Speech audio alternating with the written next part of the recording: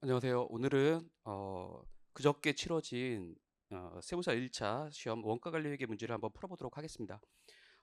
일단 시험 치시느라고 고생하셨고 시험 치신 분들은 저랑 같이 한번 확인해보는 절차를 이제 밟으시면 될 것 같고요. 공부하시는 분들은 기출 문제가 사실 가장 유력한 출제 예상 문제입니다. 그래서 공부하는 차원에서 한번 저랑 같이 풀어보도록 하겠습니다. 일반적으로 우리 원가관리 회계 문제는 재무회계나 세법보다는 조금 쉽게 나오잖아요.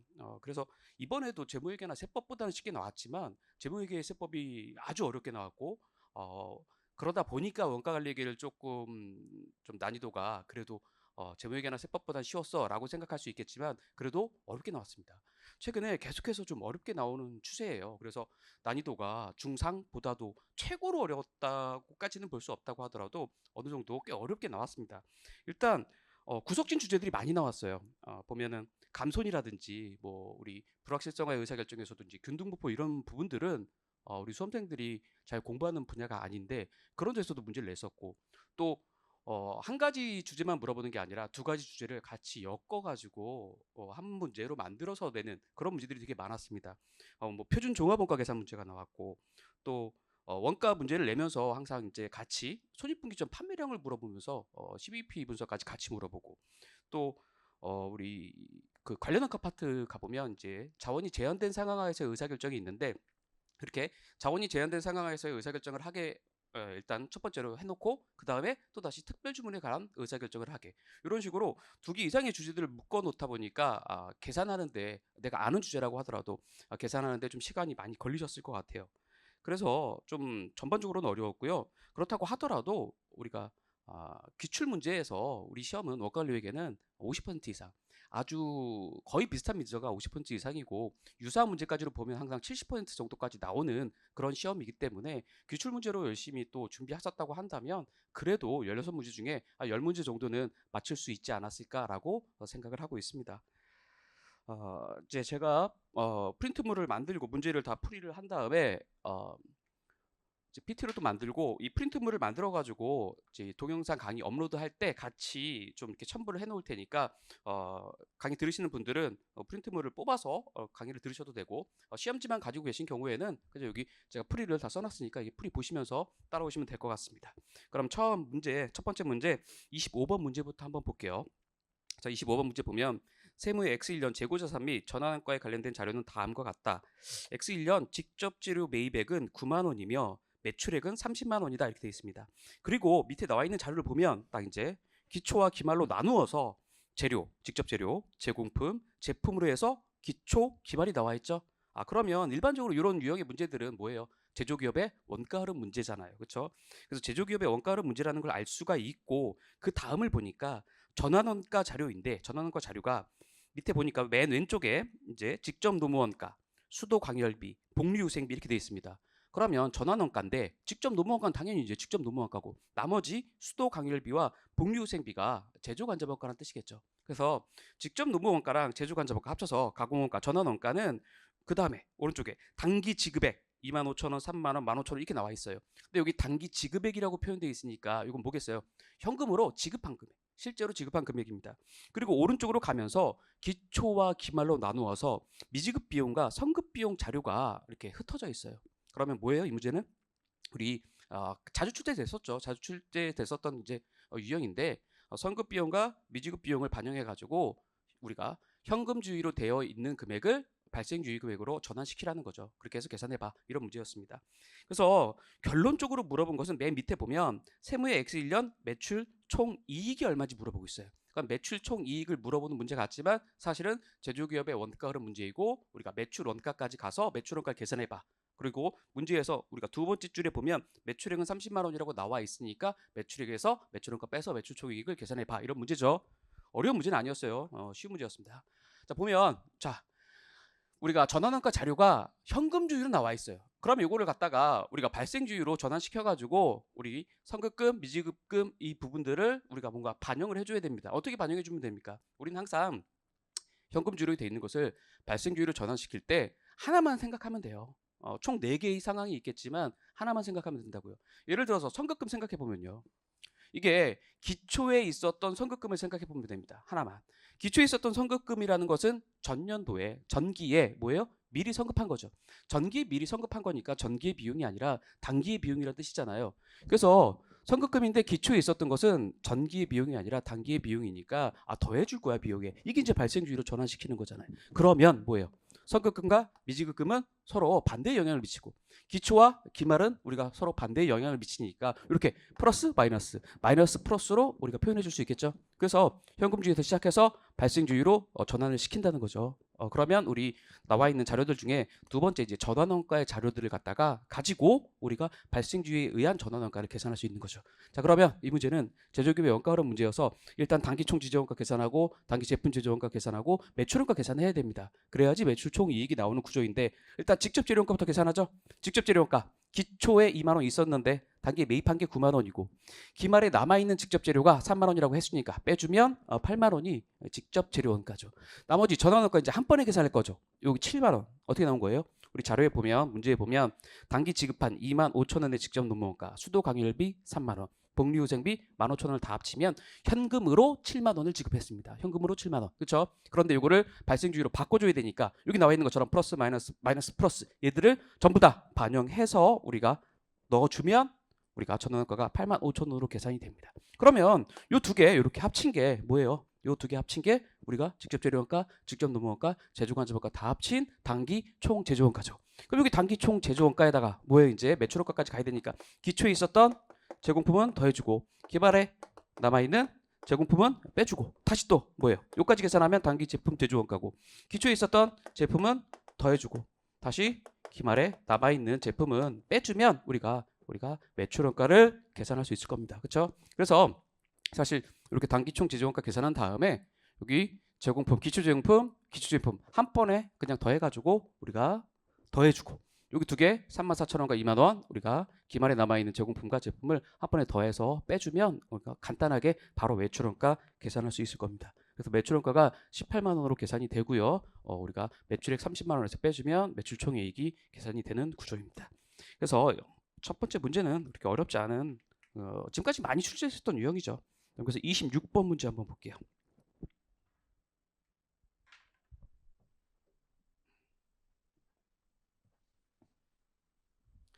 자, 26번 문제도 기출 문제랑 많이 유사합니다. 이런 문제들은 벌써 다 나왔었던 문제들이에요. 세무는 X1년 초에 영업을 개시했습니다. 세무는 이제 정상원가 계산을 적용하고 있으며 했으니까 정상원가 계산 문제겠죠. 제조간접원가 배부 기준은 직접 노무 시간입니다. 자, X1년 초에 연간 제조간접원가를 10만 원으로 직접 노무 시간을 4,000시간으로 예상하고 있습니다.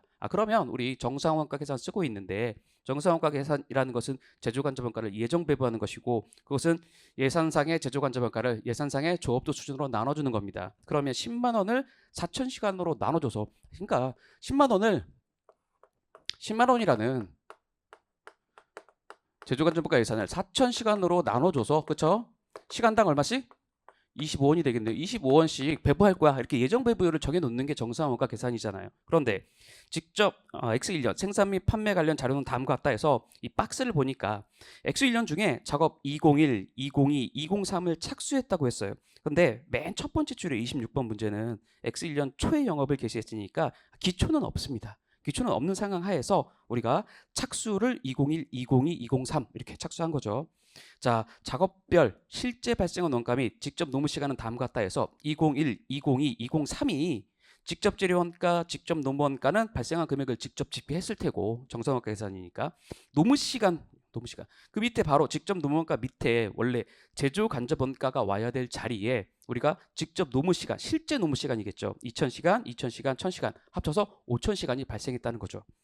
자, X1년에 실제 발생한 제조간접원가는 12만 원이래요. 실제 발생한 제조간접원가는 12만 원입니다. 그리고 201과 202는 완성되었다고 했으니까 제품이 됐을 것이고 X1년 말 203은 아직 완성되지 않았어요. 작업 중이라고 했으니까 우리가 기말에 남아있는 제공품이 될 겁니다.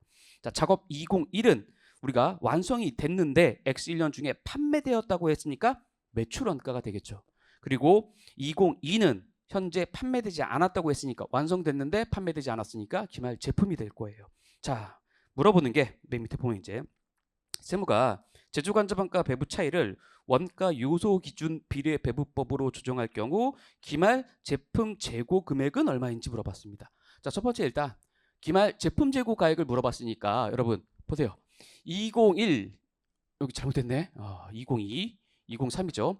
201, 202, 203 이렇게 세 가지 중에서 얘는 기말 재고폰으로 남아 있고 얘네 둘은 완성시켰는데 얘는 팔렸고 얘는 판매되지 않았으니까 요 202에 집계되는 가액을 물어보는 거죠. 이걸 물어보는 겁니다. 기말 제품 재고 가액을 물어보는 것은.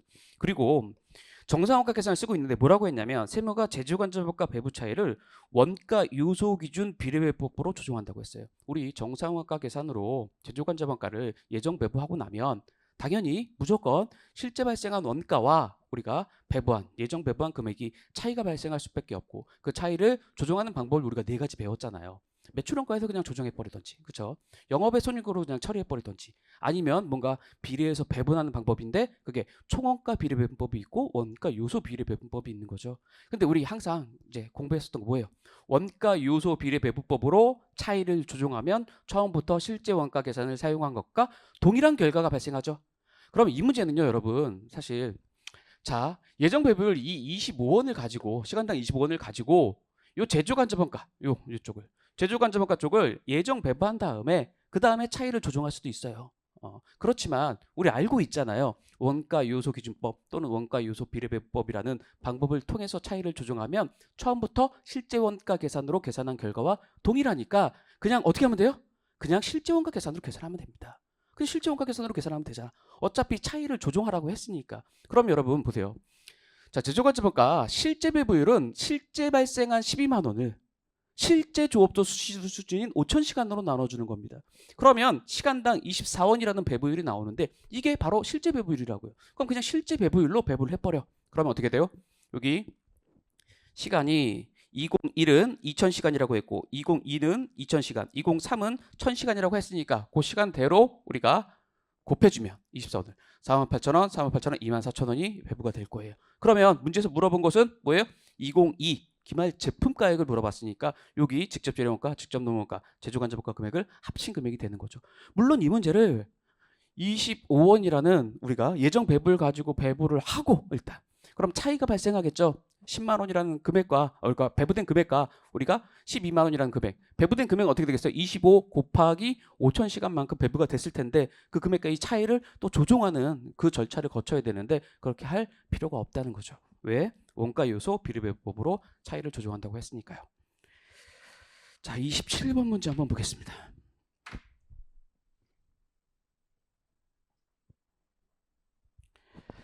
자, 세무는 X1년 초에 영업을 개시하였고 영업을 개시하면 항상 기초가 없습니다. 표준원가 계산 제도를 채택하고 있고 직접 재료와 관련된 자료는 다음과 같다 해서 제품 단위당 직접 재료 표준 투입량은 2.5kg이라고 했어요. 그러면 이 2.5kg은 우리가 일반적으로 말하는 SQ가 되겠네요. 그렇죠? 직접 재료 표준 가격은 kg당 10원이라고 했으니까 얘는 SP. 그렇죠? 직접 재료 실제 구입 가격은 kg당 15원에 구입했다고 했으니까 얘는 AP가 될 거예요. 자, 그리고 나서 직접 재료 구입 가격 차이가 12,500원 불리하고 직접 재료 능률 차이가 5,000원 유리하다고 했습니다. 물어보는 게 우리가 X1년 기말 직접 재료 재고량이 500kg일 때 실제로 제품을 생산한 생산량이 얼마인지 물어보고 있어요. 생산량.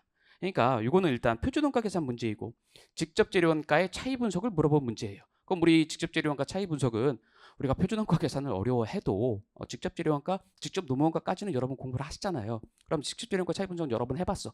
그런데 직접 재료원가 차이 분석과 직접 노무원가의 차이 분석이 다른 점이 있죠. 뭐예요? 직접 재료원가라는 것은 재료는 구입과 사용이 항상 다르기 때문에 구입한 양을 전부 다 사용하지 않습니다. 그래서 이 구입한 양을 이제 가지고 가격 차이를 우리가 분석할 수도 있고 사용한 양을 가지고 가격 차이를 분석할 수도 있어요. 그래서 그 박스 안에서 명확하게 직접 재료의 구입 가격 차이라고 했으니까 이것은 우리가 구입한 양을 가지고 가격 차이를 분석해 봤더니 12,500원 불리해 이렇게 말을 하고 있는 것이고요. 우리가 이 문제는 실제 제품 생산량을 물어봤으니까 그냥 차이 분석하라는 게 아니라 뭔가 좀 역추적해서 이 왁구 안에서 우리가 차이 분석하는 왁구 안에서 생산량을 계산해봐, 찾아내봐 이런 역추적 문제였어요. 그러면 우리 항상 차이 분석할 때 이 왁구를 알고 있으니까 그 왁구 안에다가 문제에서 주어진 자료들을 보면서 숫자들을 대입해 넣고 보면 물어보는 부분을 우리가 알 수가 있는 거죠. 그래서 구입 가격 차이라고 했기 때문에 우리 가격 차이는 이렇게 사용한 양을 가지고 위에서 분석할 것이고, 우리가 능률 차이라는 것은 항상 사용한 것을 얼마나 효율적으로 재료를 사용했는지 이거에 대한 차이니까 사용한 양을 가지고 이렇게 밑에서 분석을 합니다. 그렇죠? 그럼 보세요. 자, 자료들을 보면서 숫자를 넣어보면 우리 AQ 곱하기 AP에서 실제로 구입 가격은 15원이에요. 그렇죠? 그런데 얼만큼을 우리가 구입했는지 이 구입한 양은 모르죠. 자, 여기도 똑같아요. AQ 곱하기 SP인데 우리가 표준으로 설정하고 있는 가격은 킬로그램당 10원입니다. 근데 얼만큼 구입했는지 모릅니다. 근데 요 구입 가격 차이가 12,500원 분리라고 했습니다. 그러면 당연히 분리하죠. 왜냐하면 10원에 사오라고 했는데 15원에 사왔어요. 그렇죠? 근데 도대체 얼마큼을 사왔냐 이거죠? 아, 그러면 어차피 요 값과 요 값은 같은 값이에요. 그렇죠? 구입한 양이니까. 아, 실제 AQ니까. 같은 양인데 뒤에 15원과 10원이니까 요거를 5원으로 나눠주면 되겠죠. 그러면 구입한 양이 나오겠죠. 2,500kg. 여기 2,500kg을 구입했어. 이렇게 되는 거죠. 그러면 자, 보세요. 자, 여기 2,500kg인데 여기 우리 능률 차이를 계산하기 위해서 여기다가 쓰는 요거는 여기는 쓰는 요 킬로그램은 실제로 얼만큼 생산 과정에 제조 공정에 투입했는지 실제 사용한 양입니다. 사용한 양 어떻게 계산합니까? 문제 다시 한번 보면 맨 처음에 X1년 초에 영업을 개시했다고 했으니까 기초가 다 없어요. 그 말은 기초 직접 재료도 없습니다. 그러니까 기초가 재료가 하나도 없는 상황 하에서 구입을 2,500kg 했고 우리 박스 바로 밑에 보면 기말 직접 재료 재고량이 500kg이라고 나와 있죠. 그러면 2,500kg을 구입했는데 우리가 기말에 남아있는 게 500kg이니까 사용한 게 2,000kg이구나 이렇게 알 수 있는 거죠. 2,000. 그렇죠? 그럼 2,000kg. 그리고 10원.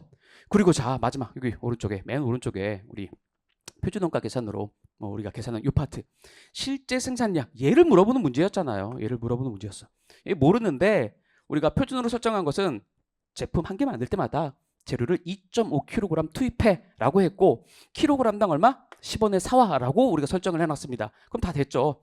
요 값을 우리가 계산해 보니까 이거 2만 원인 거 알죠? 2만 원이에요.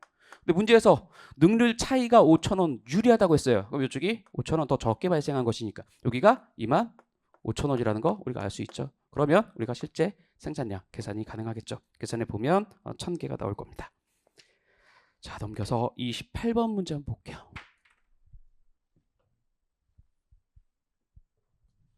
28번 문제 충격적이네요. 감손이 나왔습니다. 감손이 나왔어요.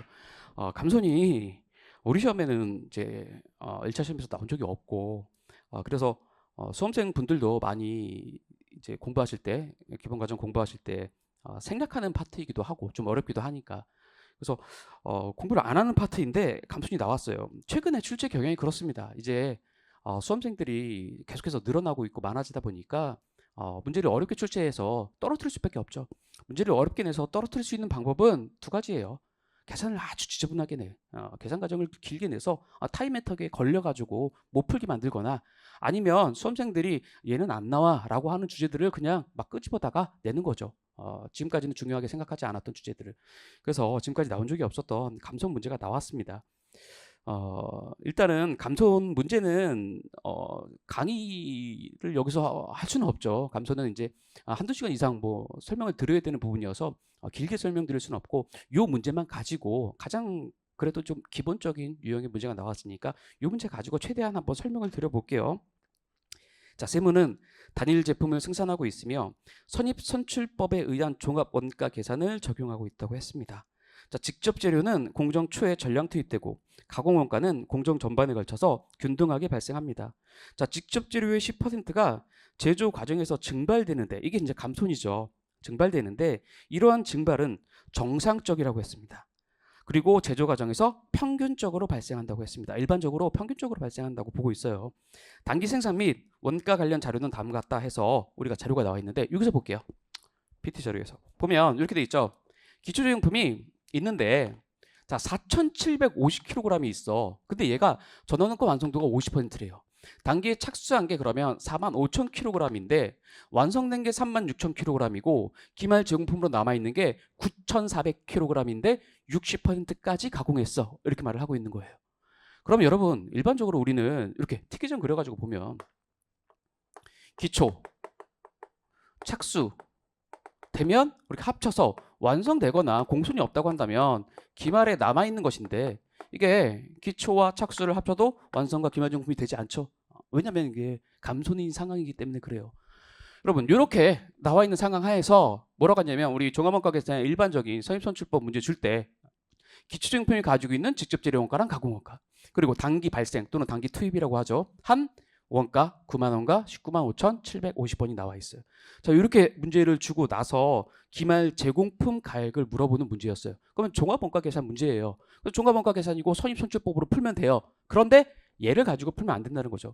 이게 감손을 공부하신 분들에게는 그렇게 어렵지 않지만 일반적으로 이제 감손을 공부를 안 하다 보니까 이 부분 좀 어렵게 생각할 수 있는데 최대한 한번 설명드려 볼게요. 간단하게. 자, 여러분 이게 핵심입니다. 자, 뭐냐면 우리가 이 수량을 그대로 갖다 적은 거예요. 4,750kg, 45,000kg, 36,000, 9,400kg 그대로 갖다 적은 건데 얘를 투입량 기준으로 이렇게 바꿔줘야 된다는 거예요. 이게 무슨 말인지 이걸 간략하게 설명드릴게요. 일단 기초제용품 먼저 하나 볼게요. 기초제용품이 있는데 이 기초제용품이라는 것은 자 0부터 시작해서 우리가 100%까지 완성도를 바라볼 때 100%까지 완성시킨 애가 아니라 이 과정에 어딘가에 걸쳐 있는 게 제공품이죠. 근데 전년도의 기말 제공품으로서 얘가 전년도에 50%까지 만들었어요. 그럼 여기 와 있는 겁니다. 여기. 그렇죠? 전년도에 여기까지 가공을 한 것이고 얘를 가지고 올해 추가 가공을 50% 해야 되는 이런 상황입니다. 그런데 지금 감손이 발생하고 있는 상황이니까 이렇게 감손이라는 것은 자 여기서 뭔가와 물량을 투입했으면 최종적으로 100%까지 완성시켰을 때 얼만큼? 10%의 감손이 발생한대요. 그러면 마지막에 가면 요 10%만큼은 우리가 사라지고 증발되고 나머지 90%만큼만 남아서 완성품이 된다는 뜻이에요. 그런데 평균적으로 발생한다는 뜻은 0부터 시작해서 100%까지 우리가 공정이 진행되는 과정에서 평균적으로 이렇게 사라진다는 뜻입니다. 이렇게 사라진다는 뜻이에요. 이만큼이 사라진다는 뜻입니다. 그런데 기초제공품이 4,750kg 있고 우리가 50%까지 전기에 50%까지 완성시켰다는 것은 6인데 여기 물량이 바로 4,750kg이라는 거예요. 이게. 그러면 얘가 4,750kg이면 여러분 보세요. 0부터 시작해서 100%까지 완성시키는 단계에서 우리가 10%만큼이 날아가는데 얘를 50%까지 완성시켰는데 그 물량이 남아있는 게 4,750kg이에요. 그러면 얘는 얼만큼이 날아간 거예요? 얼만큼이 감손된 겁니까? 자, 10% 감손되는 과정에서 50%까지 왔으니까 여기가 5%입니다. 여기가 5%가 감손되고 남아있는 물량이 95%라고요. 그러니까 4,750kg이라는 얘는 95%에 해당하는 물량이에요. 투입량 기준으로 봤을 때. 그러면 이 4,750kg을 가지고 야, 맨 처음에 시작할 때 투입한 물량은 얼마니? 여기 이 시점으로 처음에 시작할 때의 물량으로 우리가 바꿔주면 투입량 기준이 되는데 그게 뭐예요? 4,750kg을 95%로 나눠주면 되겠죠. 그러면 여기가 5,000kg이 된다고요. 자, 여러분, 이 과정이 바로 이거예요. 자, 기초용품이 4,750kg 있는데 완성을 50% 시켰습니다. 그럼 감손이 얼마큼 된 거냐면 평균적으로 10%가 되는데 0부터 시작해서 100%까지 완성시키는 과정에서 10%가 감손되는데 그중에 50%까지 왔으니까 감손이 5% 됐을 거야 라고 바라보는 것이고 그럼 요 4,750kg은 감손이 5%된 물량이야 라고 바라보면 95%로 나눠줘요. 그러면 투입량 기준으로 봤을 때 5,000kg이라는 거죠. 자, 그러면 단기에 착수한 물량은 당연히 그냥 45,000kg이겠죠. 자, 여기 다시 보면 완성품은요. 완성품이 36,000kg 있습니다. 그럼 얘는 0부터 시작해가지고 여기까지 온 애예요. 감손이 다 끝났어요. 그러니까 감손이 10% 감손이 된 애가 36,000kg이라는 거예요. 그러면 우리가 90%로 나눠줘서 40,000kg이라고 바라보는 거죠. 자, 기말제공품입니다. 기말제공품은 시작해서 여기서 0에서 시작해서 어디까지 갖는 것. 근데 60%까지 가네요. 60%까지. 그러면 60%까지 갔는데 60%까지 갔으면 저 0부터 시작해서 100%까지 가는 과정에서 10%가 감손되는데 그중에 60% 갔으니까 6%가 감손됐을 거예요. 그렇죠? 6%가 날아갔을 거라고요. 그러면 남아있는 물량이 94% 거예요. 그렇죠? 그럼 94%에 해당하는 게 9,400kg이니까 투입량 기준 바로 이 시점으로 바라보면 우리가 10,000kg이라는 겁니다. 자, 이렇게 전부 다 투입량 기준으로 우리가 바꿔줍니다. 투입량 기준으로 바꿔줘 놓고 보니까 자, 우리 특이정이 성립이 되죠. 기초 5,000kg 있었는데 착수한 게 45,000kg이고 완성된 게 40,000kg. 그렇죠? 그리고 우리가 기말제공품으로 남아있는 게 10,000kg. 이 두 개 합친 게 이 두 개 합친 거랑 우리가 일치해서 우리가 대체평균의 원리가 성립하겠죠.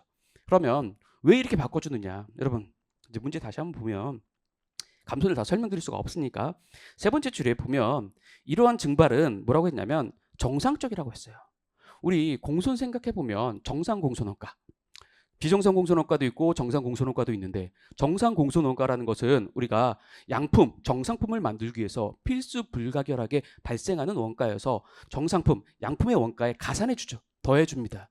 그러면 이 지금 감손도 증발되는 것도 정상적으로 발생하는 거예요. 그럼 정상적으로 발생하면 감손된 물량에 우리가 위에서 감손된 물량을 위해서 들어갔었던 원가도 당연히 우리가 뭐예요? 우리가 정상품 원가에 가산해 줘야 돼요. 더해 줘야 돼요. 그러면 여기요 우리가 감손된 물량 자체를 가지고 계산하는 게 아니라 투입량 기준을 가지고 우리가 종합원가 계산을 적용해야지만 우리가 감손된 물량에 대해서 작업한 원가도 우리가 정확하게 다 원가를 배부해 주는 결과가 발생하는 겁니다. 정상적이기 때문에. 그래서 그 정도로만 일단은 생각을 하시고 감손을 다 설명드릴 수가 없으니까 이제 기본 과정에서 공부를 해야겠죠. 우리 이제 피할 수 있는 게 없으니까. 그래서 이렇게 정리를 하고 나면 이 다음에는 우리가 그냥 종합원가 계산에 우리 일반적인 왁구로 우리가 문제를 풀면 됩니다. 그럼 선입선출법으로 풀라고 했으니까 얘를 가지고 우리가 선입선출법으로 문제를 풀면 어떻게 되겠어요? 자, 완성된 것을 항상 선입선출법은 기초 제공품 그리고 착수해서 완성하네 그리고 기말 제공품으로 구분을 하죠. 그래서 기초 제공품은 5,000kg. 그렇죠? 그런데 우리가 완성도가 50%고 자, 완성된 게 40,000kg이라고 했으니까 착수해서 완성한 애는 35,000kg으로 바라보는 것이고 기말 제공품은 10,000kg인데 얘가 완성도가 60% 이렇게 바라보는 거죠. 그리고 나서 우리 일반적으로 그냥 재료원가, 가공원가에 종합원가 계산 왁구를 가지고 그냥 계산을 하면 되는 겁니다. 그래서 요 5,000kg이 있는데 재료는 초기에 들어간다고 했으니까 전년도에 들어갔겠지 해서 뭐예요? 그냥 우리가 안 써주면 되는 거죠. 가공원가는 우리가 공정 전반에 걸쳐서 균등하게 발생한다고 했습니다. 그러니까 여기는 우리가 50%를 추가로 우리가 가공을 해야 되니까 2,500. 착수해서 완성한 애는 재료 가공원가 다 들어갔어요. 그럼 35,000, 35,000. 그렇죠? 기말제공품 우리가 0부터 시작해서 우리가 60%까지 완성한 거니까 재료가 초기에 들어간다고 하면 여기 다 들어갔을 거예요. 그리고 60%만 가공했으니까 6,000이라고 적어야겠죠. 그러면 우리 합쳐서 45,000하고 43,500. 45,000, 43,500. 그리고 나서 여기 뭐예요? 단기 발생한 원가 우리가 집계해 주면 되겠죠. 단기 발생한 원가는 우리가 9만 원과 19만 5,750원. 이렇게 해서 우리가 완성품 환산량 단위당 원가 일반적으로 우리 종합원가 계산 많이 연습했었던 그대로 해보면 2원과 4.5원이 나와요. 2원 4.5원. 그러면 이제 완성품 원가와 기말 제공품 원가로 나누어서 우리 계산이 가능하겠죠. 이 문제는 완성품 원가를 물어봤다고 한다면 기초 제공품이 가지고 있는 원가까지 더해줘야겠지만 기말 제공품 원가를 물어봤으니까 기말 제공품 원가는 10,000 곱하기 2원 6,000 곱하기 4.5원 이렇게 해가지고 계산을 하시면 답이 나오는 이런 구조였습니다. 그래서 우리가 이제 피해갈 곳이 없어요. 전부 다 공부를 해야 되고요. 구석진 것까지 전부 다 기본적인 수준까지는 구석진 부분에서 우리가 지금까지 안 나오던 부분에서 문제를 낸다고 한다면 아무래도 가장 전형적인, 기본적인 유형의 문제를 낼 겁니다. 그래도 처음 접하면 당연히 어려운 거잖아요. 그러니까 그냥 좀 시간을 투자해서 모든 주제를 다 완벽하게 좀 보셔야 될 것 같아요. 앞으로는요. 자, 29번 문제 한번 볼게요.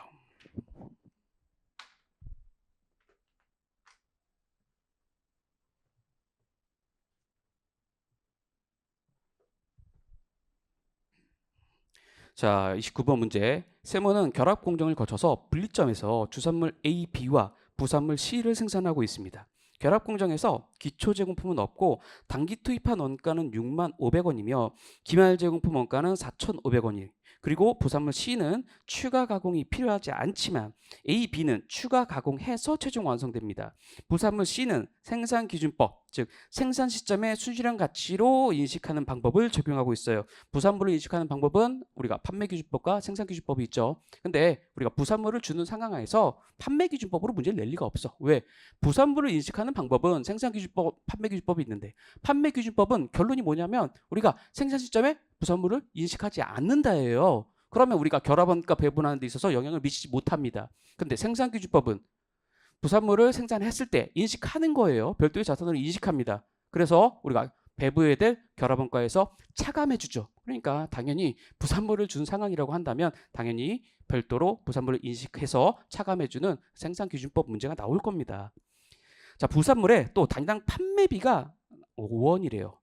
단기 생산 및 판매 관련된 자료는 다음과 같다 해서 우리가 제품 A, B 그리고 부산물로 나누어 가지고 생산량, 판매량 나와 있고 추가 가공 원가 나와 있고 단위당 최종 판매 가격 나와 있습니다. 자, 여러분 간단하게 보면 실제 시험장에서는 이제 시간이 모자라면 못 그릴 수도 있지만 일반적으로 결합원가 계산 문제가 나오면 공정 흐름들 좀 그려보는 게 좋은데 이렇게 되는 거잖아요. A, B라는 우리가 결합 공정 통해서 주산물이 나오고 C라는 부산물이 나와. 그런데 우리가 요 결합 공정에서 발생한 원가가 얼마라고 했냐면 65,500원이라고 했습니다. 여기서 65,500원이 나와. 이렇게 되는 거죠. 그리고 A와 B는 추가 가공을 해서 최종적으로 판매 가격이 존재해. 얘도 우리가 추가 가공은 하지 않지만 판매를 할 수가 있고 가격이 있고 그리고 판매하는 데 들어가는 비용도 있어. 이렇게 바라보는 문제예요. 그런데 우리가 순실현 가치법을 통해서 이 결합원가를 배부해야 되는 이런 상황인 거죠. 문제 물어본 게 제품 A에 여러분 매출원가를 물어봤어요. 제품 A의 매출원가. 그리고 마지막에 이게 이제 풀다 보면 여러분 그냥 결합원가까지만 배부하고 아무 생각 없이 이제 문제를 풀다 보면 좀 실수하는 경향이 있는데 우리가 마지막에 물어본 게 제품 A에 결합원가까지 배부하고 나서 총 원가가 얼마냐 이걸 물어본 게 아니라 매출원가를 물어봤습니다. 그러니까 우리 결합원가 배부는 항상 생산량 기준으로 배부하지만 매출원가라는 것은 판매량에 비례한 거잖아요. 그래서 최종적으로 마지막에 결합원가까지 배부한 다음에 제품 A에 집계된 총 원가 중에서 판매된 1,800개에 대한 원가를 계산하라는 이런 문제였죠. 구조가. 자, 그럼 하나씩 가보면 일단 부산물의 우리 가치는 생산기준법이라고 했으니까 배부 대상 결합원가에서 차감해 줘야겠죠. 그러면 우리 부산물의 순실현 가치를 먼저 계산합니다. 그럼 부산물의 가치는 부산물이 총 200개가 생산이 됐습니다. 200개 생산됐는데 얼마에 팔 수 있냐면 15원에 팔 수 있어요. 단위당. 근데 한 개 판매할 때마다 단위당 5원씩의 판매비가 듭니다. 그러면 우리가 200 곱하기 10원에서 2,000원으로 부산물의 가치를 별도로 인식한다는 거죠. 그러면 이걸 이제 빼줄 거예요. 결합원가에서. 자, 주산물의 배분할 우리가 결합원가는 얼마에서 시작하냐면 65,500원에서 시작하는데 여기 부산물의 가치를 빼줍니다. 근데 하나 더 빼줘야죠. 자, 여러분 문제에서 기말 제공품이 4,500원 있다고 했습니다. 여러분 항상 까먹으시면 안 되는 게 이 결합원가 계산이라는 게 종합원가 계산의 하부 주제잖아요. 자, 종합원가 계산의 하부 주제예요. 이게 A, B 얘네들이 전부 다 뭐예요? 동종 제품 대량 생산을 통해 가지고 우리가 생산된 애들이고 요 부분 요 결합 공정 여기가 종합원가 계산을 적용하는 곳이에요. 그럼 여기서 기말 제공품이 있다고요. 기말에 우리가 제공품으로 남아 있는 A 가액이 4,500원이라는 것은 뭐예요? 얘는 A도 아니고 B도 아니고 아직 C도 아니에요. 아무것도 아니에요. 그렇죠? 뭐냐면 우리 종합원가 계산으로 계산하는 동종제품 대량 생산 공정에서 제품을 생산하고 봤더니만 A도 나왔고 B도 나왔고 C도 나온 거예요. 그럼 얘들은 일단 완성품입니다. 얘는 기말정품이잖아. 그러면 완성품의 원가를 우리가 결합원가로 바라보고 배부해 주는 거죠. 그래서 65,500원에서 4,500원이라는 기말정품도 차감해주고 그럼 완성품 원가가 되겠죠. 여기서 부산물의 가치를 우리가 별도 자산으로 인식해서 빼주고 그럼 54,000원을 가지고 이제 배부해줘야 되는 겁니다. 그렇죠? 그러면 우리가 54,000원 가지고 결합원가 배부액은 54,000원이야. 알았습니다. 그럼 제품 A와 B의 순실현 가치법 적용한다고 했으니까 순실현 가치를 계산하면 어떻게 하면 돼요? 70원 곱하기 판매량 아니죠? 생산량 2,000개. 그 다음에 추가 가공원가 빼서 요 시점, 그쵸? 요 시점에 순실현 가치. 그리고 요 시점에 순실현 가치를 B 계산하면 각각 10만 원, 5만 원이 나옵니다. 그러면 결합원가 배부는 3분의 2는 우리가 A에 3분의 1은 B에 배부해 줘야 되니까 54,000원을 가지고 36,000원, 18,000원으로 배부를 해줄 거예요. 그러면 총 원가는 보세요. 결합원가 배부된 36,000원에다가 A는 추가 가공하는데 4만 원이 들어가니까 합쳐서 76,000원이고 B는 18,000원이라는 결합원가 배부 받은 데다가 추가 가공하는데 25,000원이 들어가니까 합쳐가지고 43,000원입니다. 그럼 이 76,000원이 답입니까? 아니죠. 76,000원이 답이 아니죠. 보면 제품 A의 매출 원가를 물어봤어요. 제품 A의 매출 원가를 물어봤기 때문에 우리 어떻게 하면 돼요? 제품 A 매출 원가 76,000 곱하기 총 이게 2,000개에 대한 원가니까 20분의 18로 이렇게 계산해 보면 우리가 매출 원가가 나오겠죠. 여러분 이 문제는 사실 보면 이게 이제 보기 선지가 1번부터 5번까지 있잖아요. 항상 우리 시험에서는 1차 시험은 객관식이잖아요. 여러분 이번 시험도 되게 어려웠기 때문에 제모의계가 워낙 어려웠기 때문에 원가관리회계를 풀 시간도 되게 모자랐을 수 있어요. 항상 찍어야 되는 상황이 무조건 발생합니다. 수준이 높고 공부가 많이 된 사람도 찍어야 돼요. 많은 숫자는 찍어야 돼. 만약에 이 문제가 남아서 찍어야 된다면 당연히 3번, 4번, 5번 중에서 찍어야 되지 않을까요? 왜냐하면 제품 A의 매출 원가를 물어봤는데요. 여러분 보세요. 제품 A는요. 2,000개를 생산해서 1,800개를 팔았어요. 근데 분리점 이후에 추가 가공 원가만 해도 4만 원이에요. 그런데 4만 원인데 추가 가공 원가만 4만 원인데 이게 매출 원가가 1번에 6,880원이나 2번에 7,600원이 될 수 있겠어요? 없죠. 당연히 없죠. 그렇죠? 찍어도 3번, 4번, 5번 중에 찍어야 돼. 3번도 아니죠. 4번 아니면 5번 중에 우리가 찍어야 된다. 그렇죠? 그러면 뭐 오지선다가 아니라 찍어도 OX 문제처럼 접근할 수가 있었겠죠. 자, 30번 문제 한번 보겠습니다.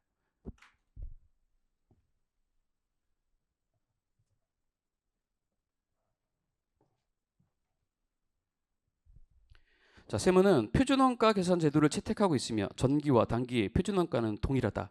관련 자료는 다음과 같다 해서 직접재료 표준원가가 직접재료가 이제 두 개가 들어가나 봐요. A, B로 나누어서 표준 수량과 표준 가격, 즉 SQ와 SP가 설정되어 있고 합쳐서 곱해서 제품 단위당 표준원가가 설정되어 있습니다.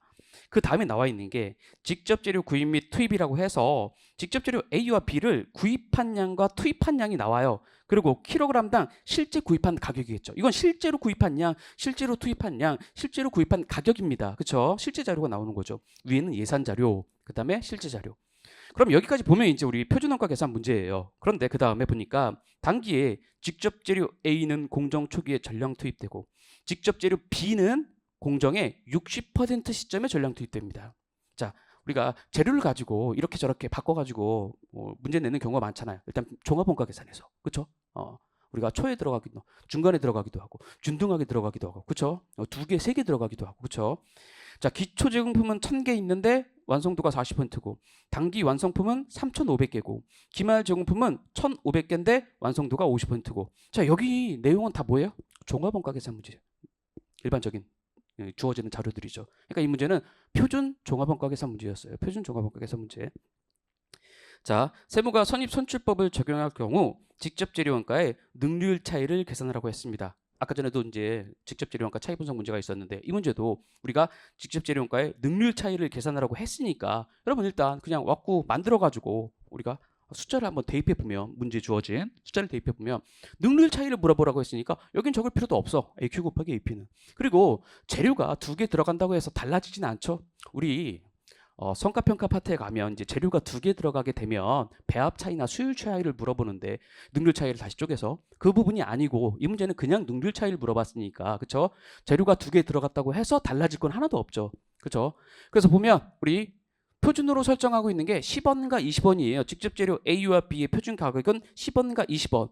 표준 수량은 2kg과 1.2kg입니다. 그렇죠? 여기 다 우리가 채울 수 있죠. 그 다음에 10원, 20원 SP 그대로 적용하는 거잖아요. 다 채울 수 있어요. 그리고 나서 여기 실제로 A와 B에 우리가 재료를 얼만큼 투입했는지 투입량인데 이것은 두 번째 우리가 자료에 나와 있잖아요. 구입한 양과 투입한 양이 있는데 재료 A는 9,000kg, 재료 B는 3,000kg을 투입했어라고 자료에 나와 있어요. 그러면 실제 투입한 양이 9,000kg, 3,000kg이야 이렇게 되는 거죠.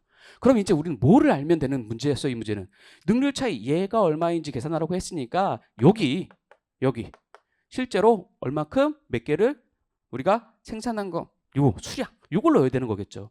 그러면 다시 한번 보면 문제를 우리 직접 재료 표준원가, 직접 재료 구입 및 투입 그 밑에 이제 단락을 보면 우리가 두 번째 줄에 단기의 완성품은 3,500개이며 이렇게 3,500.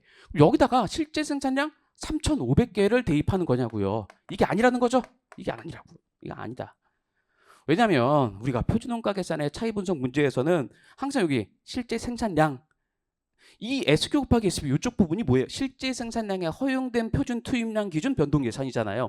여기 실제 생산량이라고 말을 했었는데 실제 생산량이라고 말할 수 있는 것은 우리가 일반적으로 표준원가 계산 문제가 나오면 제공품은 없다라고 했기 때문이에요. 근데 제공품이 있잖아요. 제공품에도 재료 A도 들어가고 재료 B도 들어간다고. 기초제공품, 기말제공품에도 완성품 아니야. 생산된 거 아닌데 완제품 아닌데도 불구하고 재료가 투입된단 말입니다. 그럼 여기 뭐가 들어가는 겁니까? 이 문제가 표준 종합 원가 계산 문제이기 때문에 여기에 환산량이 들어간다는 거죠. 환산량. 완성품 환산량. 그러면 재료원가 A와 재료원가 B로 나누어서 완성품 환산량을 여기다가 대입해 줘야 된다는 게 이 문제의 포인트죠. 그래서 선입선출법으로 한다고 했으니까 기초제품품 우리가 1000개 있는데 40%, 단계 착수한 거 2500개, 그리고 착수해서 완성한 거 2500개, 그리고 기말제공품 1500개인 상하에서 재료원가 A는 초에 들어가고 재료원가 B는 60%에 들어가 라고 한 다음에 완성품 환산량을 계산해 보면 기초제품 1000개 재료가 초에 들어가니까 얘는 40%까지 완성시켰으니까 전기에 들어갔을 테니까 안 들어가고, 자 재료 B는 60% 시점에 투입되는데 얘는 40%부터 시작해서 완성됐으니까 60% 시점을 통과할 거예요. 그러니까 1000개라고 다 적어줘야겠죠. 자 단기에 착수해서 완성한 애는 2500개는 그냥 2500, 2500이라고 적어주면 되는 것이고, 우리가 기말제공품 1500개는 초에 들어가는 우리가 재료는 당연히 다 들어갔을 것이고 60% 시점에 들어가는 재료는 뭐예요? 50% 시점까지밖에 안 왔기 때문에 들어갈 수가 없는 거죠. 그러면 여러분 뭐 이렇게 왁구를 직접 만들어서 종합원가 계산에 우리 왁구를 만들어서 해도 되지만 사실은 그냥 실전에서는 시간이 없으니까 바로 계산할 수도 있습니다. 뭐예요? 4000개, 3500개로 완성품 환산량을 바라봐야 되니까 여기다가 4000개와 3500개를 대입하면 능률 차이를 계산할 수가 있는 거죠. 이런 구조로 가는 문제였습니다. 그래서 이것도 그렇게 쉽지는 않았어요. 좀 어려운 문제죠. 자, 넘겨서 31번 문제 한번 볼게요.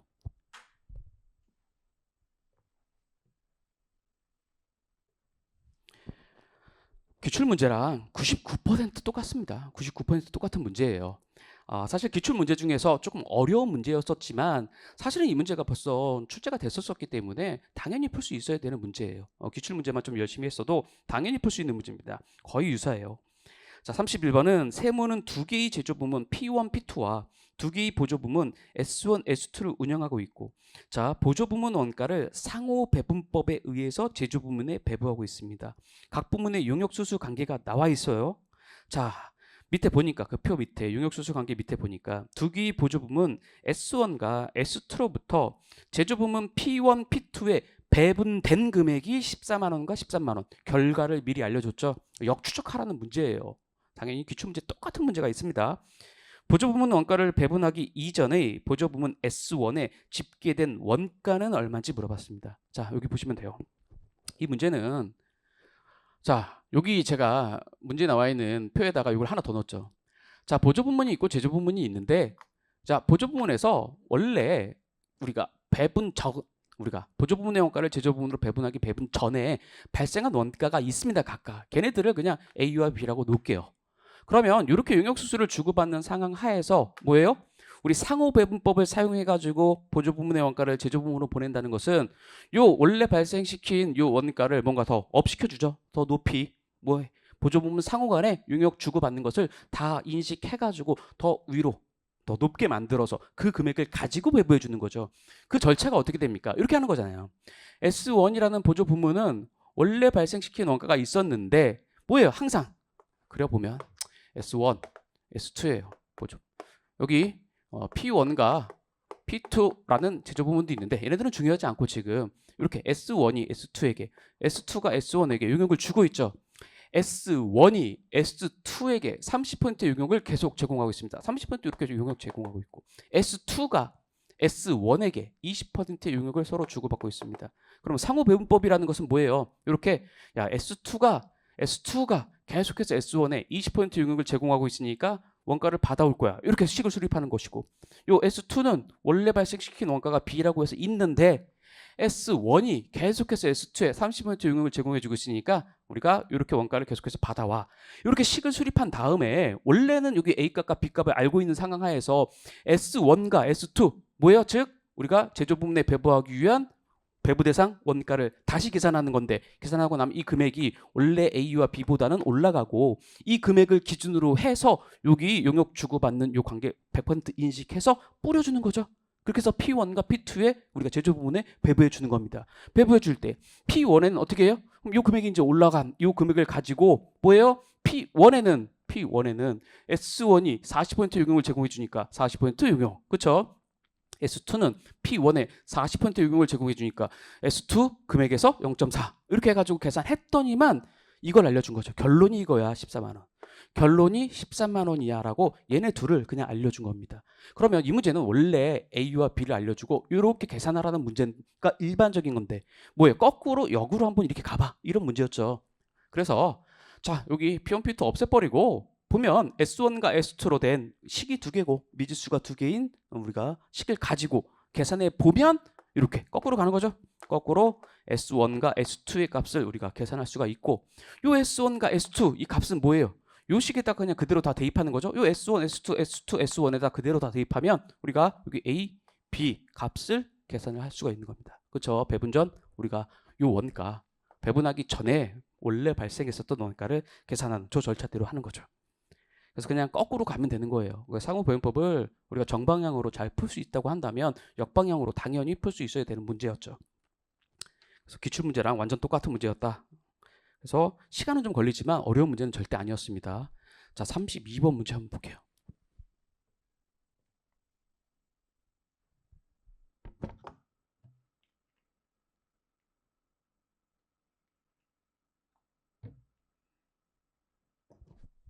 자, 32번 문제도 기출문제랑 거의 99% 똑같은 문제예요.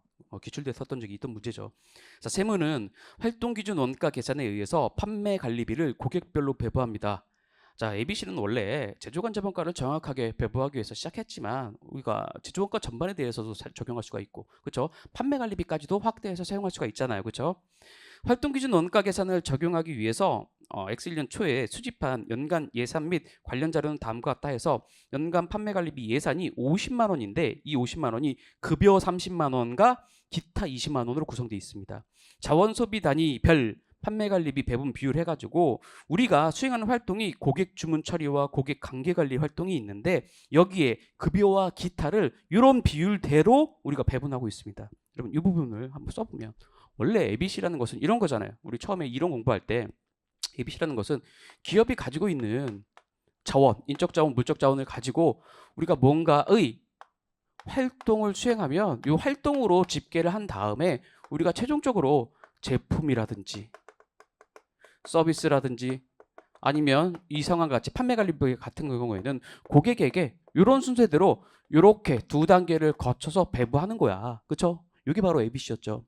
근데 일반적으로 문제가 이제 활동에서 여기서 이쪽으로 이렇게 가는 이 부분을 가지고 문제를 많이 내는데 벌써 기출된 거죠.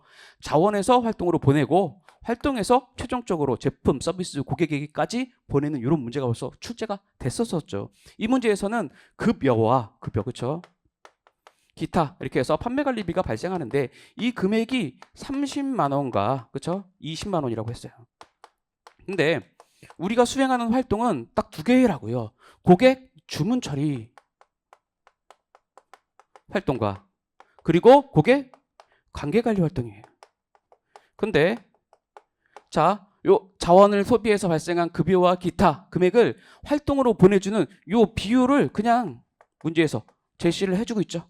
몇 퍼센트라고 했어요. 급여는 어떻게 보낸대?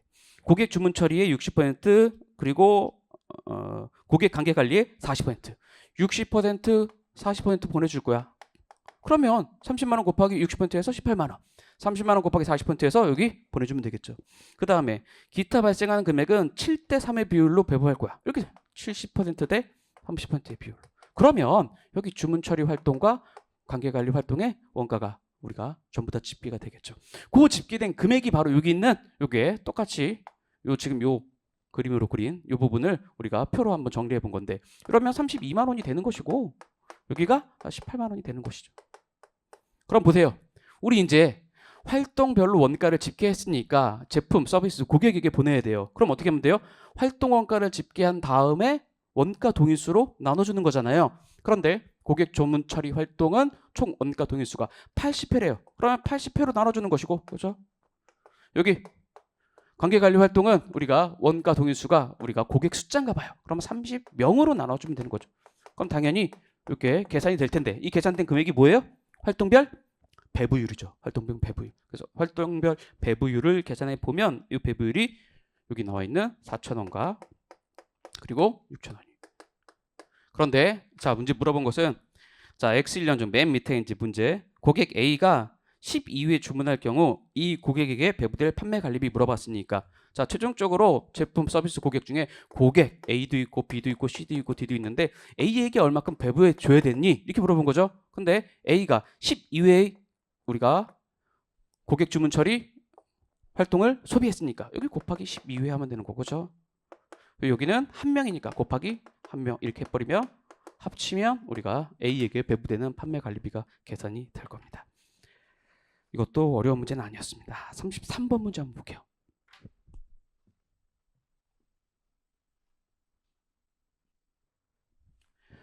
이 문제가 계산은 참 간단한데 사실 곰곰이 생각하면 금방 풀 수 있는 문제인데 시험장에서 곰곰이 생각을 한다는 게 쉽지가 않죠. 곰곰이 생각한다는 게 쉽지가 않아서 사실은 계산은 매우 간단하지만 어려운 문제라고 생각을 합니다. 자, 세무는 두 공정을 거쳐서 제품을 생산 판매하며 각 공정별로 자료는 다음과 같다 해서 A 공정, B 공정 해서 최대 생산 능력이 A는 7,000단위, B는 9,000단위예요. 그러니까 A 공정은 최대 생산 능력이 7,000단위니까 A 공정에서 B 공정에서 추가로 9,000단위까지 만든다고 하더라도 우리는 7,000단위까지 밖에 최종적으로 완성을 못 시키겠죠. 자, 이런 상황 하에서 우리가 단위당 우리가 변동원가 나와 있고 각 공정별로 총 고정원가가 나와 있습니다. 총 고정원가 보니까 A 공정은 18만 8천원, B 공정은 16만 원이니까 두 개 합치면 34만 8천원이 될 거예요. 자, 그러면 A 공정의 완성품은 바로 판매할 수 없고 B 공정에서 추가 가공하여서 완제품 생산 후에 단위당 100원의 전량 판매할 수 있답니다. 만들면 전량 판매할 수 있는 상황입니다. 그러면 생산량과 판매량이 같겠죠. 자, A 공정에서는 투입량의 10%가 A 공정 종점에서 공손이 되지만 B 공정에서는 공손이 발생하지 않는데요. 자, 모든 공손은 정상 공손이고 우리가 정상 공손 원가는 양품에 배분하며 공손품은 처분 가치도 폐기 비용도 없다고 했습니다. 비공정 완제품의 손익분기점 판매량은 얼마인지 물어봤어요. 자, 여러분 일단 정리해 보면 A 공정, B 공정 거쳐가지고 최종적으로 제품이 생산이 되고 A 공정은 7,000단위까지 밖에 못 만듭니다. 그리고 A 공정의 끝에 10% 감손이 발생해요. 자, 이거 손익분기점 판매량을 구하라고 했으니까 CBP 분석 문제라고 바라보고 우리 원가 구조를 파악해 보려고 합니다. 그러면 원가 구조가 이렇게 가격은 100원이에요. 근데 이제 변동원가 부분입니다. 여기 한번 추가적으로 설명을 드려볼게요. 우리 A 공정을 거쳐서 A 공정, B 공정까지 가야지 최종적으로 제품이 완성이 되는데 우리 예를 들어볼게요. 한번 A 공정은요, 자 10개로 시작을 했습니다. 근데 이 A 공정의 종점에 오면 이 부분이죠. A 공정의 종점에 오면 우리가 10%의 공손이 한 번에 발생합니다. 그럼 사실 10개를 투입해도 우리 9개밖에 우리가 비공정에 넘겨줄 수밖에 없어요. 근데 비공정에서는 공손이 발생하지 않으니까 비공정을 마치고 나면 최종적으로 이렇게 9개 이렇게 생산이 될 거예요. 이런 상황인 거죠. 그런데 이렇게 생산이 되고 나면 우리가 전부 다 생산된 것은 전량 판매할 수 있다고 했으니까 얘가 생산량이면서 동시에 판매량이 될 거예요. 근데 얘이 우리가 원가 구조를 보면 100원에 팔 거고 우리 얘들 변동원가를 자 보세요. A 공정은 단위당 변동원가가 12원, B 공정은 단위당 우리가 변동원가가 20원 합쳐서 그러면 32원이고 고정 원가는 34만 8천원 이렇게 해서 우리 12 분석으로 손익분기점 구해? 그러면 고정원가 34만 8천 원을 100원에서 32원 뺀 단위당 공원이익으로 나눠주면 되지 라고 생각하면 안 된다는 거죠. 왜 그러냐면 이게 32원이 아니라는 거예요. 이 문제는 포인트가. 자, 보세요. 여기 B공정에서 9개를 A공정에서 9개를 받아서 B공정에서 9개를 생산하는 이 과정에서는 단위당 변동원가가 20만 발생합니다. 그런데 자, A공정 보면요. 9개가 최종적으로 나왔지만 우리가 가공은 얼마큼 했습니까? 몇 개를 만지작거렸어요? 10개를 가지고 만지작거렸어요. 그러면 자, A공정의 단위당 변동원가 12원은 9개 곱하기 여기다가 12원을 할 수는 없다고요. 이건 아니야. 여기 10개를 가지고 만지작거렸어요. 이걸 작업했으니까 10개 곱하기 12원이라고 바라봐야겠죠. 10개 곱하기 12원이라고요. 그럼 10개 곱하기 12원이 총 변동원가예요. 그럼 단위당 변동원가를 여기 32원이라고 쓰면서 A공정의 단위당 변동원가는 12원이라고 말을 할 수가 없는 거죠. 할 수가 없어요. 그럼 어떻게 됩니까, 여러분? 그러면 우리가 12원을 우리가 10개로 생각을 하고 이 9개지만 사실은 10개라고 생각하면 단위당 변동원가가 얼마니? 라고 한번 우리가 바꿔봐야 돼요. 그럼 어떻게 하면 되겠습니까? 단위당 변동원가가 지금 12원인데 얘를 뭘로 나눠주면 돼요, 여러분?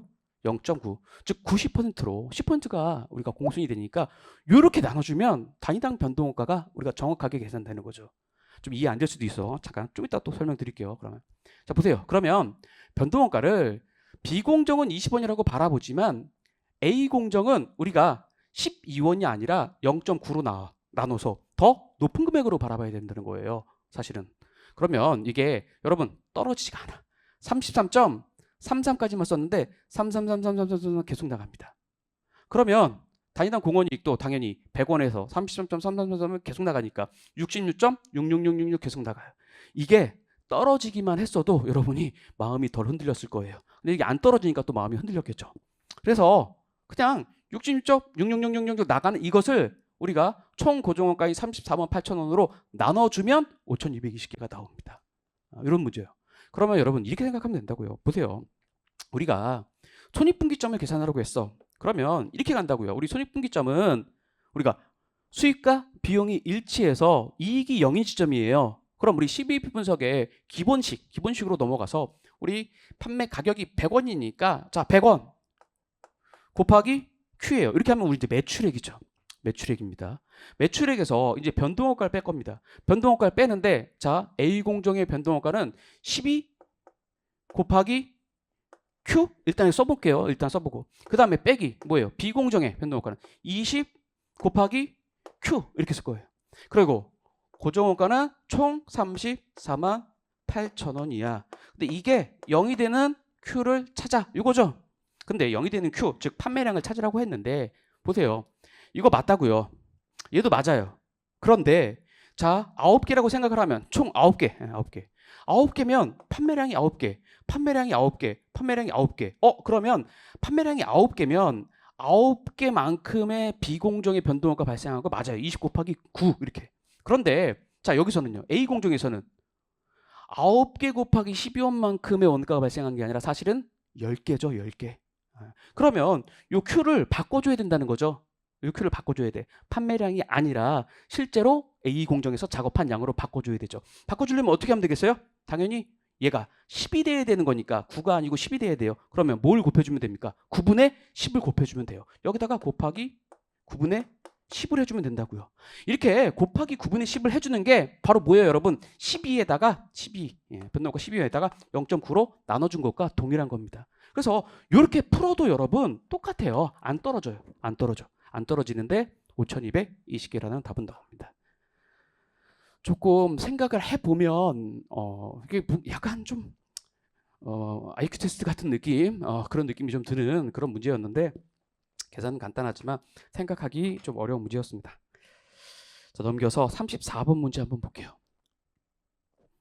자, 세무는 단기 초에 영업을 개시했고 단기 초에 영업을 개시하면 기초가 없습니다. 항상 세무는 단일 제품을 생산 판매하며 실제 원가 계산을 적용한다 했습니다.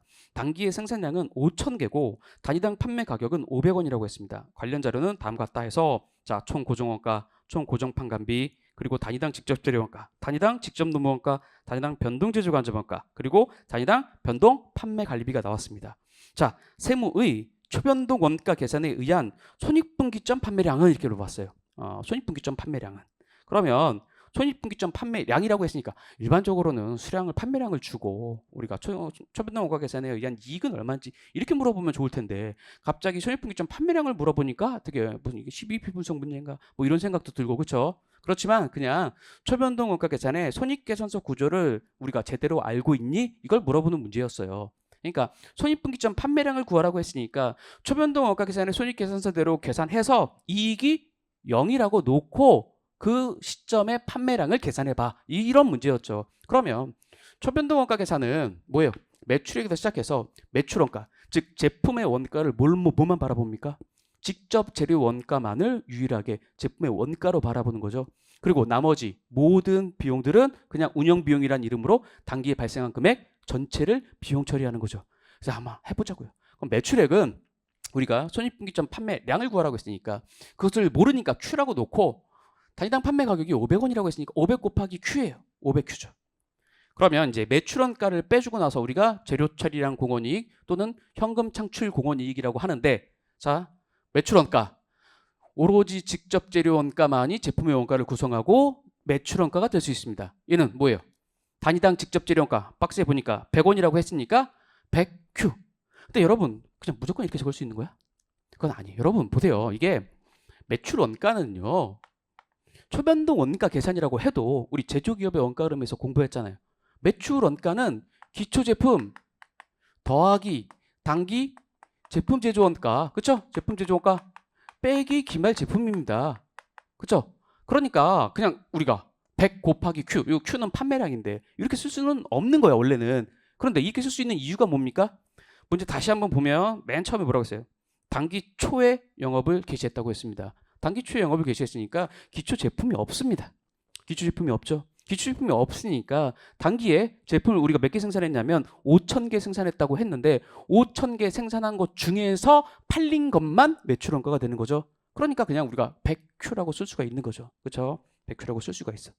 그러면 빼고 나면 우리 재료 처리량 공원이익은 400Q가 될 것이고 여기서 나머지 단기에 발생한 모든 비용을 운영 비용이라는 이름으로 빼줄 건데 빼준 금액이 최종적으로 이익인데 그게 0이 돼야 된다는 거죠.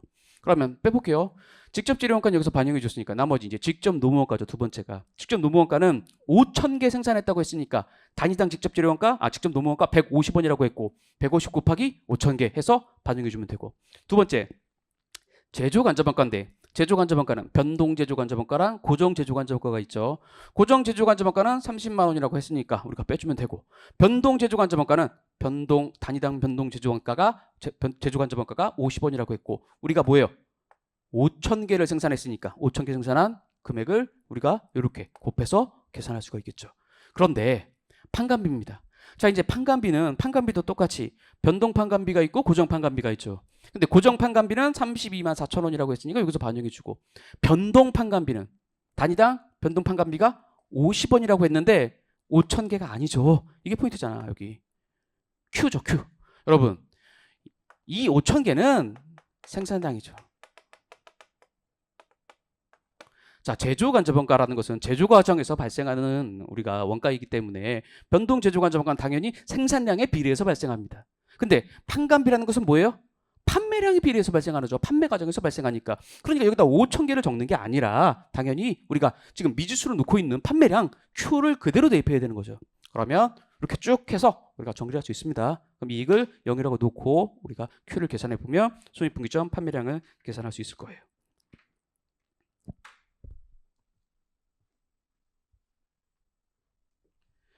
자, 35번 문제. 불확실성화의 의사결정에서 낼 문제들이 얼마나 많은데 또 이렇게 균등분포를 냈는지 모르겠어요. 균등분포도 뭐 중요하게 생각하는 주제가 아니잖아요. 자 보면 세모는 근데 이제 어렵지는 않으니까 이제 한두 문제만 풀어봐도 사실 균등분포 문제는 쉽게 접근할 수 있죠. 쉬운 문제예요. 세모는 단일 제품을 생산 판매하는데 단위당 판매 가격은 400원이고 변동원가는 220원이라고 했으니까 단위당 공원이익은 180원이겠네요. 총 고정원가는 108만 원이고 단기 예상되는 매출액이 100만 원부터 300만 원 사이에서 균등분포를 이룬다고 했습니다. 자 물어보는 것은 간단하죠. 문제는 3,000개 이하 판매될 확률과 손실이 발생하지 않을 확률이라고 했어요. 이 두 개의 합. 근데 이제 3,000개 이하 판매될 확률을 A라고 하고 손실이 발생하지 않을 확률. 이거 무슨 말이에요? 손익분기점을 넘겨서 판매할 확률인 거죠. 손익분기점을 넘겨서 판매할 확률은 우리가 두 개 합쳐서 얼마니? 이렇게 물어보는 문제였어요. 그러면 이렇게 보면 되죠. 자, 원가 구조를 파악해 보면 가격은 400원이고 변동원가 220원이어서 단위당 공원이익은 180원이고 고정원가는 108만 원인 상황입니다. 근데 매출액이 100만 원에서 300만 원 사이에 균등분포를 이루고 있어요. 그러면 여러분 이거를 수량으로 바꿔주세요. 가격이 단위당 가격이 400원이라고 했으니까 100만 원을 400원으로 나눠주면 판매량은 2,500개예요. 100만 원일 때. 자, 300만 원일 때는 매출액이 400원으로 나눠주면 판매량이 7,500개입니다. 자, 이 말은 균등분포라는 건 이런 거잖아요. 자, 2,500개부터 시작해서 우리가 7,500개까지 우리가 자 정규분포 이렇게 그리잖아요. 정규분포. 자, 가운데 평균값에서 확률이 이제 위에가 이게 확률인데 확률이 가장 높고 그것보다 하나씩 두 개씩 이렇게 줄어들거나 늘어날 때의 확률이 좌우가 같은 것 이것을 우리가 정규분포라고 하잖아요. 근데 얘를 이런 식으로 그림을 그려보면 우리가 균등분포라는 건 확률이 다 똑같다는 거죠. 이렇게 일정하다는 거잖아요. 이런 구조를 가지고 있는 게 균등분포죠. 근데 이 상황 하에서 뭐라고 했어요? 첫 번째 물어본 게 3,000개 이하 판매될 확률이라고 했어요. 그러면 자 2,500개부터 시작해서 7,500개까지의 사이 총 몇 개입니까? 이게 총 5,000개인데 5,000개 중에서 3,000개 이하 여기가 3,000개입니다. 3,000개 이하 이렇게 판매될 요 확률은 요 면적 중에서 요 면적을 계산하라는 것이니까 우리 어떻게 하면 돼요? 5,000분의 우리가 3,000에서 2,500 빼면 500개. 그래서 500 나누기 5,000이죠. 10%. 자, 손실이 발생하지 않을 확률을 물어봤어요. 손실이 발생하지 않을 확률은 손익분기점을 넘길 확률입니다. 그럼 손익분기점을 계산하라는 거죠. 고정원가 108만 원을 180원이라는 단위당 공원이익으로 나눠주면 6천 단위가 나와요. 6천 단위 위치가 어디입니까? 여기겠죠? 여기 6천 단위 6,000개 여기.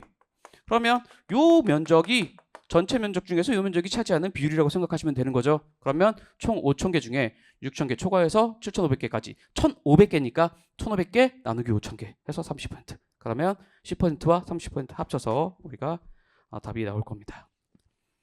자, 36번 문제 한번 볼게요.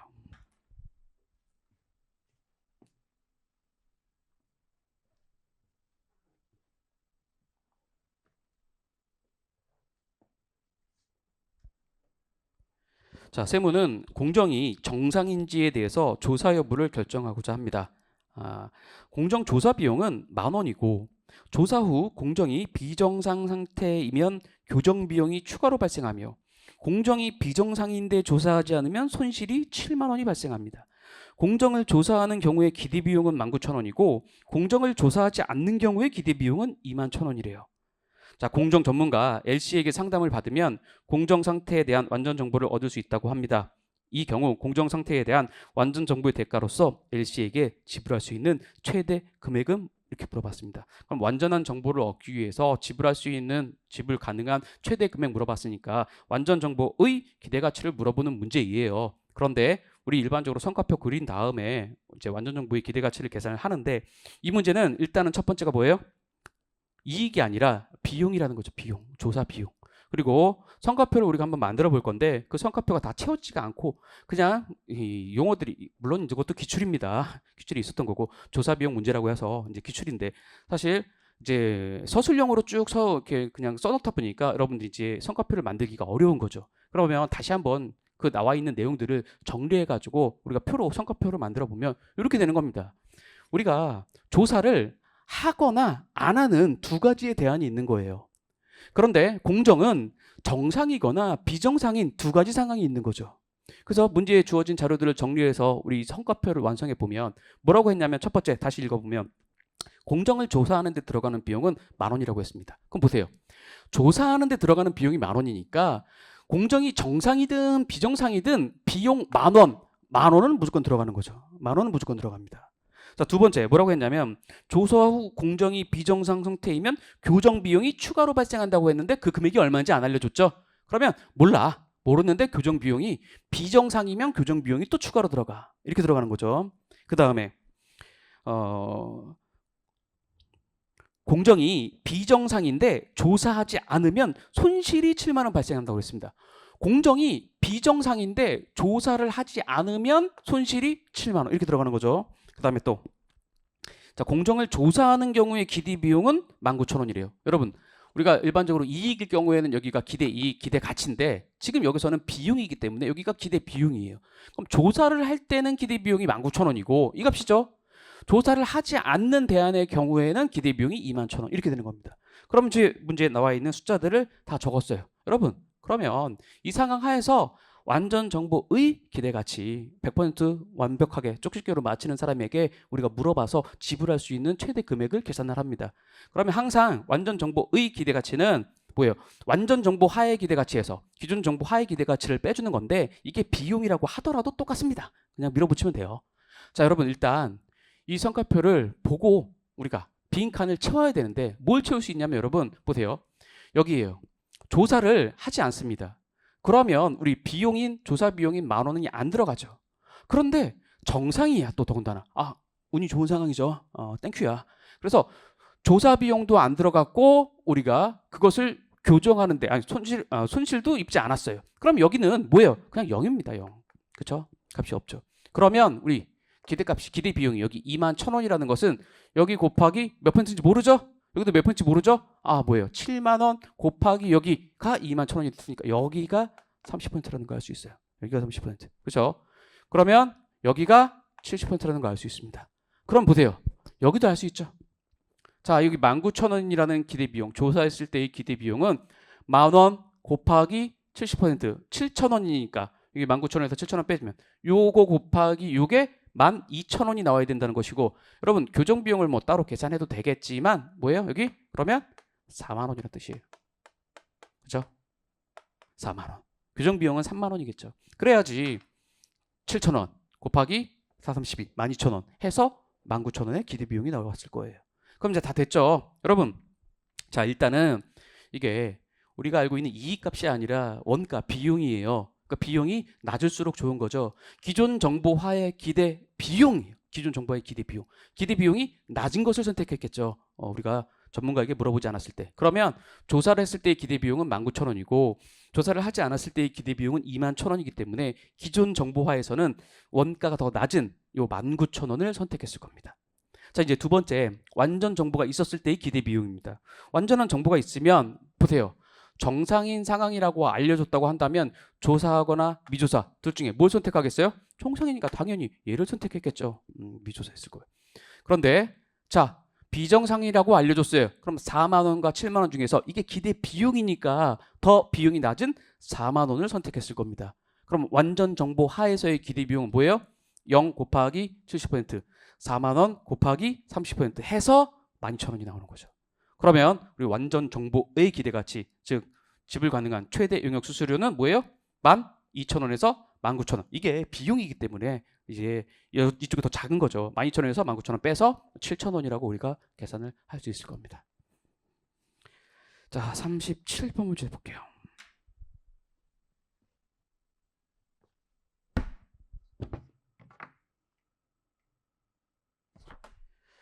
이것도 기출입니다. 다 기출이에요. 원가관리 회계는 어렵게 나와도 기출에서 나오는 거예요. 사실은요. 자, 세무는 두 개의 보조 부문 S1과 S2, 두 개의 제조 부문 A와 B를 통해서 제품을 생산하고 있고 각 보조 부문에서 다른 부문에 공급하는 연간 예상 용역량은 다음과 같다 해서 용역 수수 관계가 나와 있습니다. 자, S1이 제공하는 전력의 킬로와트당 변동원가는 100원이고 S2가 제공하는 서비스의 시간당 변동원가는 80원이라고 했습니다. 자, 세무는 한국으로부터 전력을 킬로와트당 120원에 공급하겠다는 제안을 받았습니다. 세무가 이 제안을 받아들여서 S1을 폐지하고 필요한 전량 주식회사 한국으로부터 공급받는 경우 이익의 증가액은 얼마니? 이렇게 물어봤습니다. 여러분 그러면 간단하게 뭐 기본 과정, 객관식 과정에서도 많이 하지만 그려볼게요. S1 있고 우리가 S2가 있습니다. 보조 부분이 두 개가 있죠. 그리고 우리가 제조 부문으로 A와 B가 있습니다. 제조 부문은 중요하지 않으니까 작게 그리고 그런데 보니까 용역수수 관계가 S1이 S2에게 총 1000kW 중에서 200kW를 제공하고 있어요. S1이 S2에게 이렇게 200kW니까 20%의 용역을 제공하고 있는 거죠. 그리고 S2가 S1에게 300시간을 제공하고 있으니까 이렇게 S2가 S1에게 총 1000시간 중에 300시간인 30%를 제공하고 있는 겁니다. 이런 상황인 거죠. 이런 상황 하에서 우리가 외부에서 야 니네 뭘 그냥 니네가 운영하니 이거 그냥 날리고 우리가 제공해 줄게. 얼마에? 킬로와트당 12원에 전력 부분이니까 킬로와트당 12원인가요? 킬로와트당 120원. 120원에 공급하겠다는 제안이 들어온 거죠.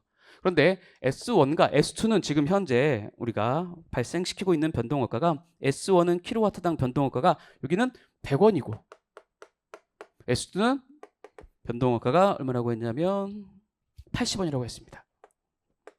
자, 여러분 이 문제는 보조 부문을 유지할 것인가 폐지할 것이냐의 문제이잖아요. 우리 관련 원가에 여러 가지 주제, 큰 주제들 뭐야? 특별 주문을 수락할 것인가 말 것인가, 그렇죠? 자가 제조할 것인가 외부 구입할 것인가, 제품 라인을 유지할 것인가 폐쇄할 것인가.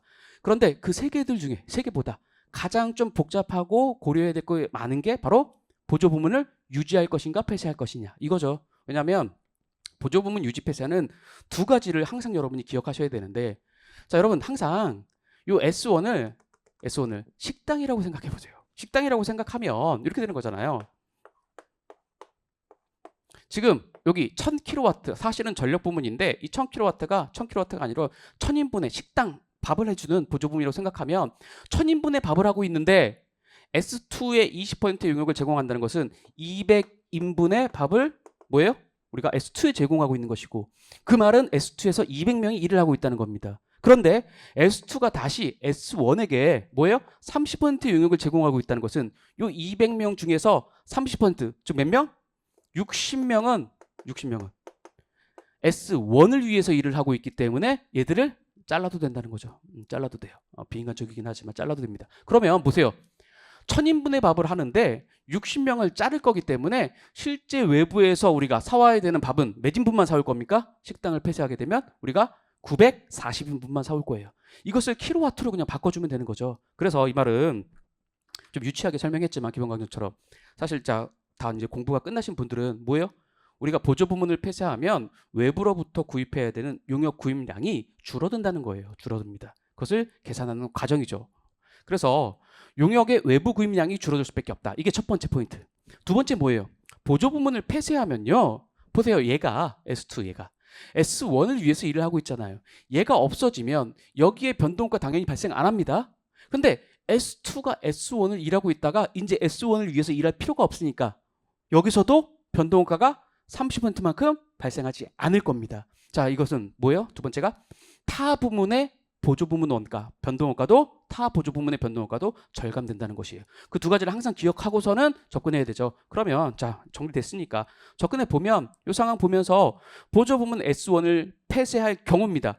용역의 외부 구입량부터 먼저 계산해 놔야 되는데 1000kW였는데 사실은 940kW만 이제 사오면 돼라고 우리가 바라보는 것이고, 그러면 자 증분 수익과 증분 비용으로 나눠서 우리가 접근할 때 용역을 이제 외부에서 사오니까 증분 비용으로 보조 부문 S1의 용역을 외부 구입하는 비용이 들겠죠. 증분 비용 940kW라고요. 그렇죠? 그래서 단위당 120원에 사와야 됩니다. 자, 이제 증분 수익인데 보세요.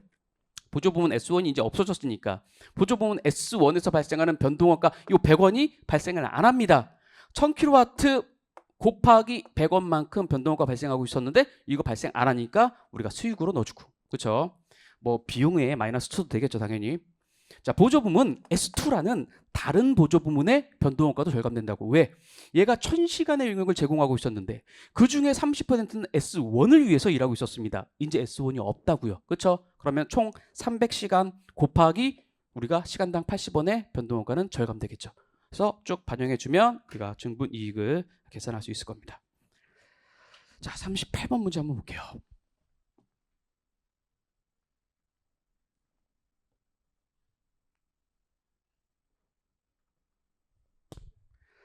자, 38번. 세무는 특수기계를 이용해서 A, B, C 세 개의 제품을 생산 판매할 수 있습니다. 자, 특수기계의 최대 이용 가능 시간은 10,000시간으로 제한되어 있습니다. 그리고 관련 자료는 다음과 같다 해서 밑에 쭉 나오죠. A, B, C 세 개의 제품을 만들 수 있는데 판매 가격, 변동원가, 단위당 특수기계 이용 시간 그리고 제품별 정규 시장 수요가 나와 있습니다. 딱 보니까 뭐예요? 우리가 기계 가능 시간이 10,000시간으로 제한되어 있으니까 제한된 자원 하에서의 의사결정 문제이죠. 자, 그러면 이렇게 A, B, C 나와 있는 상황 하에서 우리가 자 각각의 단위당 제품 A, B, C별로 단위당 공원이익 계산할 수 있지만 단위당 공원이익을 가지고 의사결정하는 것이 아니라 특수기계 이용 시간이 각각 다르기 때문에 특수기계 이용 1시간당 공원이익을 계산해서 그거 가지고 우선순위를 정해서 외부 시장 수요량만큼 그 우선순위 별로 만들어야겠죠. 자, 세무가 그 다음에 이제 읽어보면 최대 달성 가능한 이익을 기준으로 생산 판매 계획을 수립한 직후에 일단 하라는 거죠.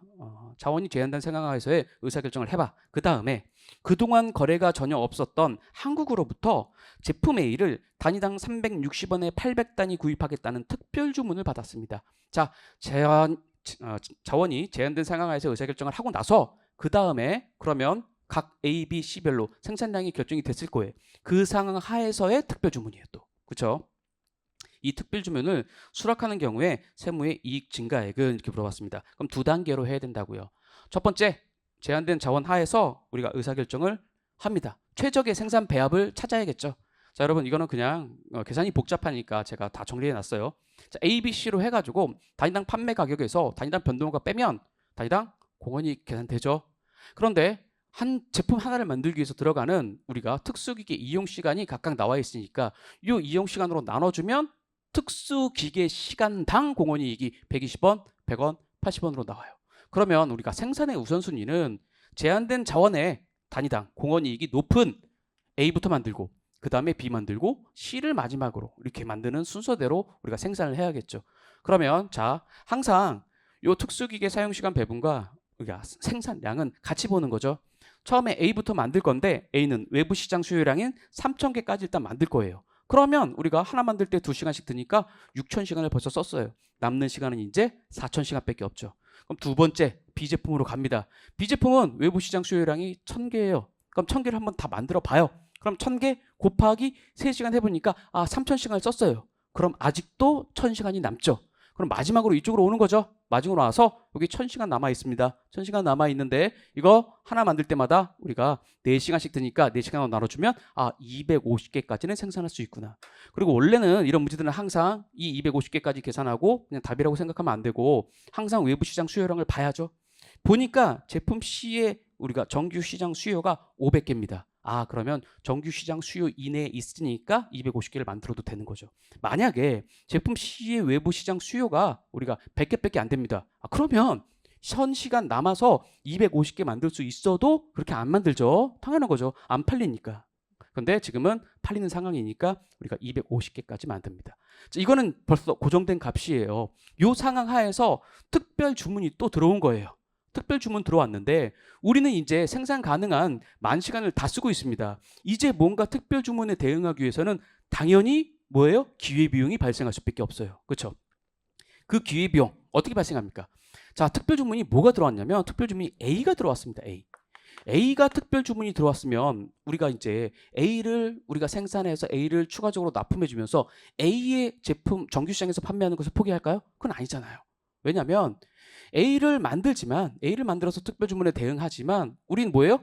A는 우리가 특수기계 시간당 공원이익이 높기 때문에 특수기계 시간당 공원이익이 낮은 즉 생산 마지막 순위인 C부터 감소시키기 시작할 거예요.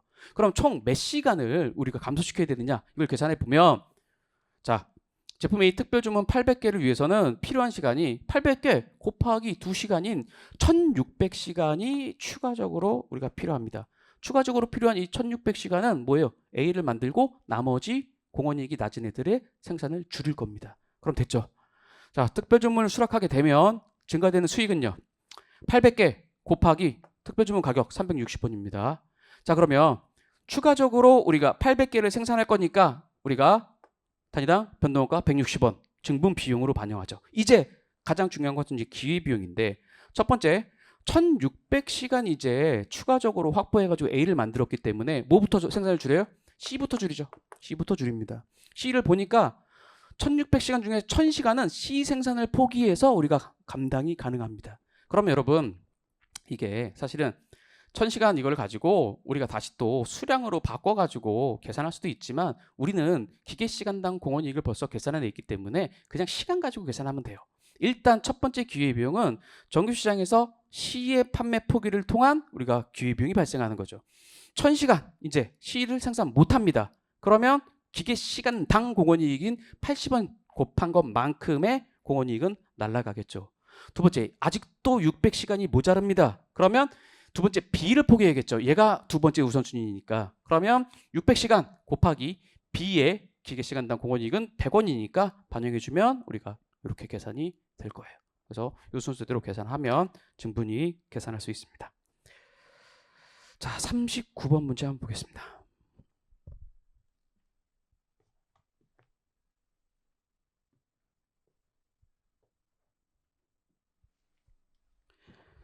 자, 이것도 12 분석의 확장에서 이제 비선형 함수와의 12 분석인데 지금까지 뭐 일반적으로 나오는 것보다 조금 더 바꿔서 유형을 문제를 냈어요. 자, 세무는 단일 제품을 생산 판매하는데 제품 단위당 판매 가격은 우리가 200원이라고 했고 단위당 변동원가는 150원이라고 했으니까 단위당 공원이익이 50원인 상황입니다. 고정원가는 제품 생산량이 일정 범위를 넘어가면 계단형으로 증가한대요.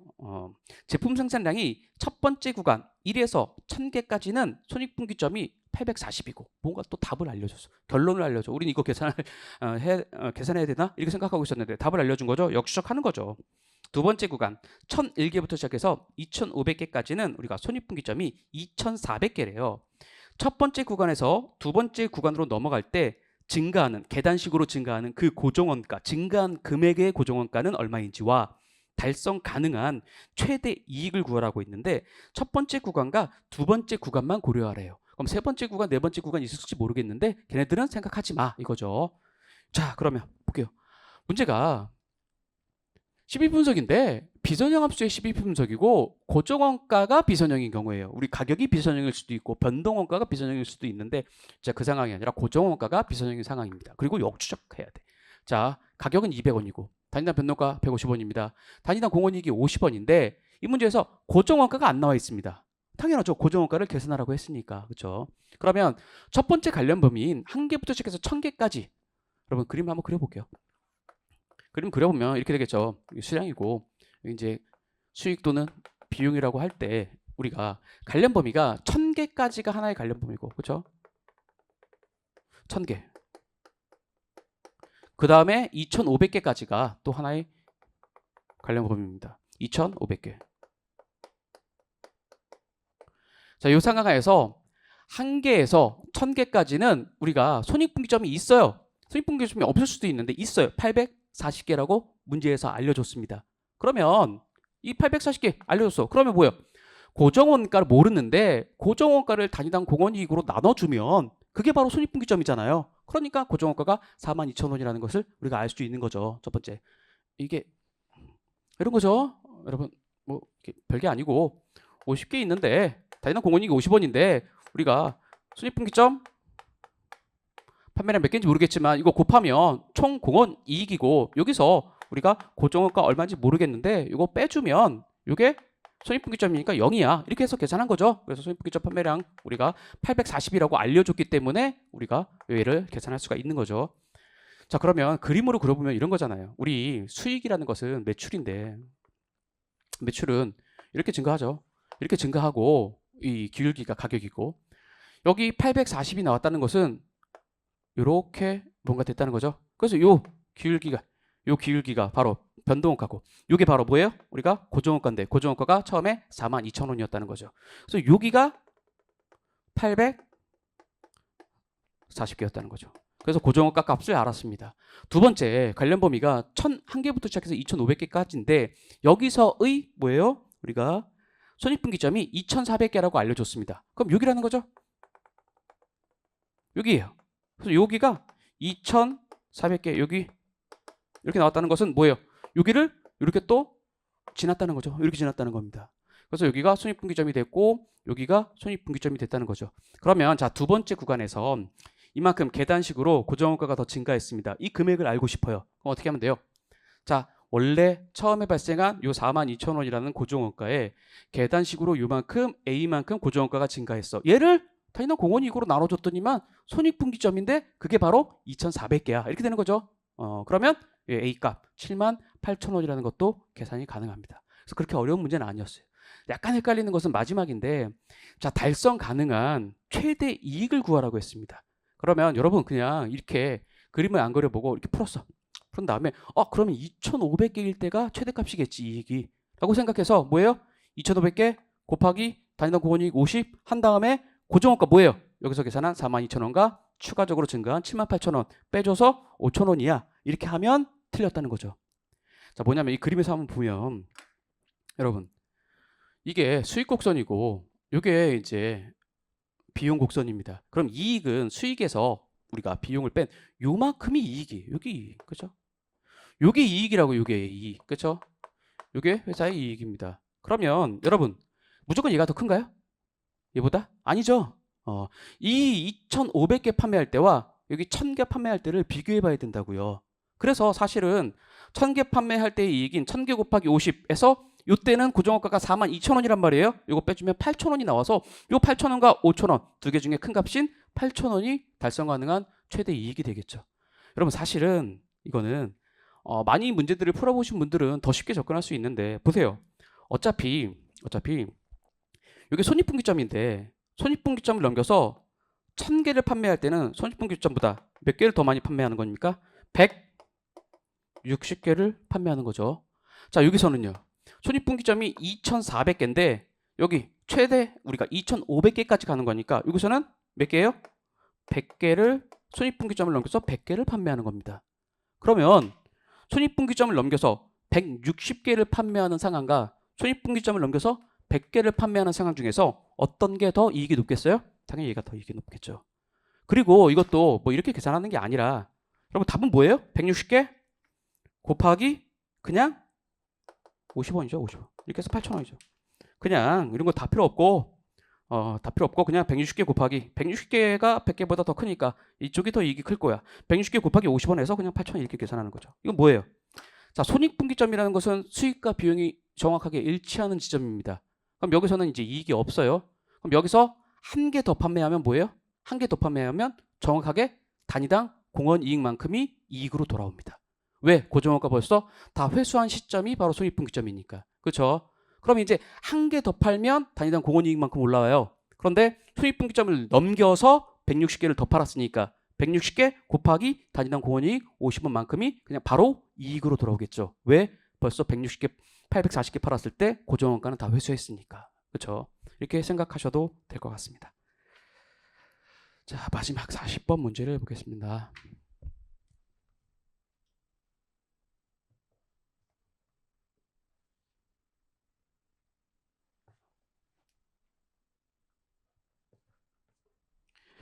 자, 제일 쉬운 문제였죠. 쉬운 문제입니다. 우리 일반적으로 나오는 전형적인 대체 가격 문제예요. 자, 세무는 이익 중심점인 A, B 두 개의 사업부로 구성되어 있습니다. A 사업부는 부품을 생산해서 외부 시장에 판매할 수도 있고 B 사업부에 내부 대체할 수도 있습니다. A 사업부의 최대 생산 능력은 4,000개곱. 여러분 이거 한번 그림을 그려볼게요. A 사업부에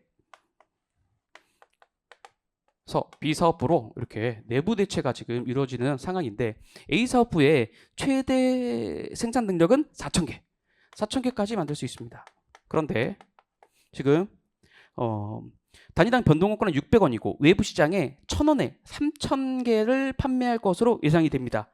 자, 외부 시장에 가격은 1,000원, 변동원가 600원에 3,000개를 외부 시장에 이렇게 판매할 것으로 예상되는 상황입니다. 자, 그리고 이 같은 상황에서 A 사업부는 B 사업부로부터 1,600개를 내부 대체할 것을 요청받았습니다. 야, 1,600개 이렇게 좀 보내줄래? 이런 거죠. 1,600개. 이런 상황이에요.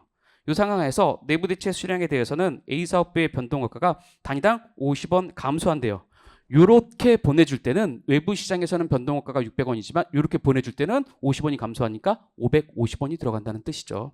자, A 사업부가 1,600개의 단위를 전량 대체하는 경우 단위당 최소 대체 가격을 물어봤습니다. 여러분, 최소 대체 가격 뭐예요? 항상 단위당 증분 지출원가 더하기 총 기회 비용을 대체되는 수량으로 나눠주는 거죠. 그러니까 우리가 얘네들 때 보내주기 위해서는 첫 번째 단위당 원가가 600원이지만 사실은 50원 줄어드니까 550원은 받아야 된다는 것이고, 두 번째, 니들 때문에 발생한 기회비용이 있을 텐데 정규 판매 시장에서 판매하는 것을 포기함에 따른 이익이 있을 텐데 그거는 대체 수량에 뿌려가지고 회수할 거야, 이런 뜻이죠. 그러면 정규 시장에서 우리가 얼만큼의 이익을 감소시켜요? 여기 나와있죠?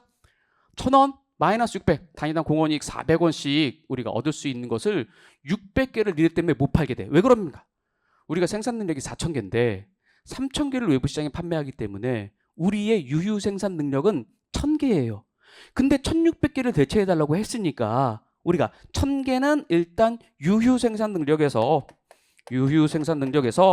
1,000개는 대응할 것이고, 나머지 600개는 뭐예요? 여기 정규 시장에서 판매하는 것을 우리가 포기할 수밖에 없는 거잖아요. 그렇죠? 그래서 600개에 대한 우리가 공원이익 손실 우리가 24만 원이 발생해, 이거죠.